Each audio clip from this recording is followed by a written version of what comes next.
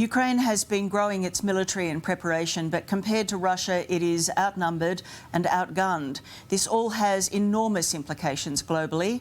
John Blaxland is a professor of international security and intelligence studies. I spoke with him a short time ago. Professor Blaxland, thank you for your time. We've just spoken with quite a remarkable woman in Kiev, and we know that Ukraine is going to fight with everything that they have against Russia, including their citizens. How long, realistically, can Ukraine last against the superior Russian military? Yeah, thanks, Tracy. Good to be with you. It depends on the resolve of the Ukrainian people and the resolve of the Russian people. We need to remember that there have been times in the past in Grozny, in Afghanistan and elsewhere where Russian resolve has worn down in the face of relentless, determined resistance. And it's certainly from the anecdotal evidence that you've pointed to in the show tonight, suggesting that this is going to get very ugly and quite drawn out. But there are so many variables here that it's really hard to authoritatively say in advance exactly how that's going to pan out. But, Vladimir Putin has unleashed the dogs of war, and they are very ugly animals. And this is potentially going to be catastrophic, way bigger than just what he's doing on the border of Ukraine across from Belarus and Russia. What are we going to see in the next few days, do you think? How will this escalate? So there are indications that there are airborne troops being deployed, parachuted into seas, ports and facilities on the eastern coast of the Black Sea and towards the western side of the Crimea. There are indications of actions inside Kiev itself. And there are indications of other actions in the Donbas region to the east of Ukraine. So depends on how things unfold over the next few hours. But this could be a multi-pronged attack with maritime, air and land forces all conducting effectively pincer movements from the south, from the east and from the north, with in-place elements that are believed to already be there, conducting sabotage, contributing to the cyber attacks that have been underway for the last few days, and building to the point where they capture Kiev, presumably, and establish a puppet regime that's prepared to recognise Vladimir Putin as Vladimir the Great and to subsume Ukraine into Russia. How much does Vladimir Putin need a fast result and a decisive result? Can he afford to be embarrassed by a protracted resistance from Ukraine? Well, it depends, because in terms of the Russian audience, he controls the narrative, and it's very hard for the people inside Russia to hear anything other than what he's controlling. So the message will be very much a managed one, a controlled one. Globally, though, of course, the picture is quite different, because we will have access to other information that will portray a different picture, much like you've just portrayed in the interview earlier. There is a strong resistance, deep felt passionate anger and resistance to what's going on.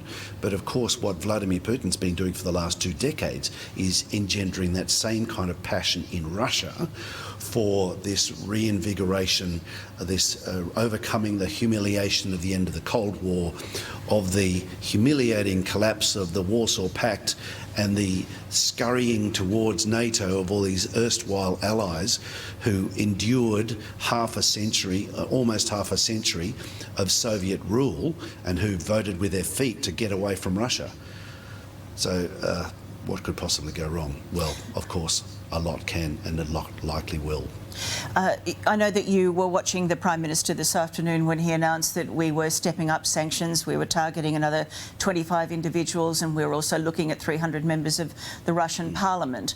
How effective can those sanctions be, and what sort of disincentive can they be against war?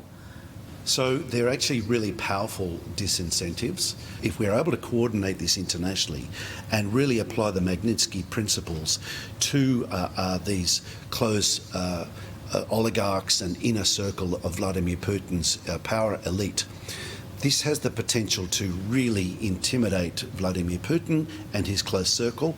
There are some who are speculating about whether Vladimir Putin has actually overreached, and whether he's in kind of like people say about Margaret Thatcher when she was reaching the end of her political career, where she lost her political acumen, whether or not this is a catastrophic fail on his part. So, it's too early to say exactly whether he's going to be able to steal the resolve of his inner circle, or whether this is going to be the point of fracture. We know, of course, that the Politburo, his central governing body of today, is not nearly as significant as it was during the Cold War, when the Soviet Politburo actually had a say and had genuine portfolios. In Moscow today, it's all in the hands of Vladimir Putin, and it's all happening in the 6 inches between his two ears. And that, of course, is what's driving this sense that perhaps some of the people on the periphery may sense that he really is actually about to unravel the whole scheme, and that it's in their interests to remove him.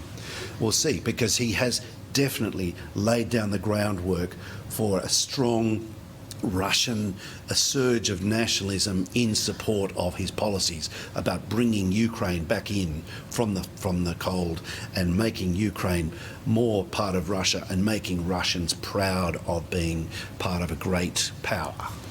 How closely will China's Xi Jinping be watching Vladimir Putin's progress and success or process in Ukraine to inform how he might do in Taiwan, for example? Oh, Tracy, President Xi will be watching this very, very closely. This has enormous implications globally. How the West reacts, whether this crystallises our resolve to resist and push back or not, whether France, Germany, the UK and others can't agree. This will be, the tea leaves will be scrutinised very, very closely by President Xi in China, because the implications are profound.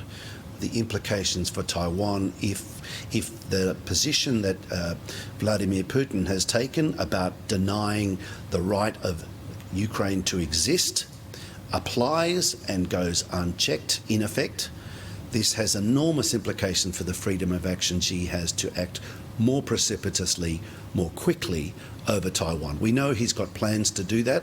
My sense has been, and I've argued this before, that he's not in a screaming hurry. He's got time up his sleeve.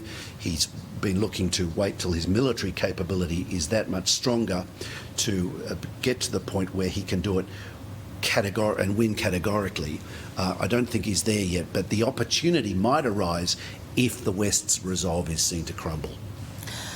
All right, they're very unstable times. Thank you for your time. Thanks for having me on the program, Tracy. Professor John Blaxland,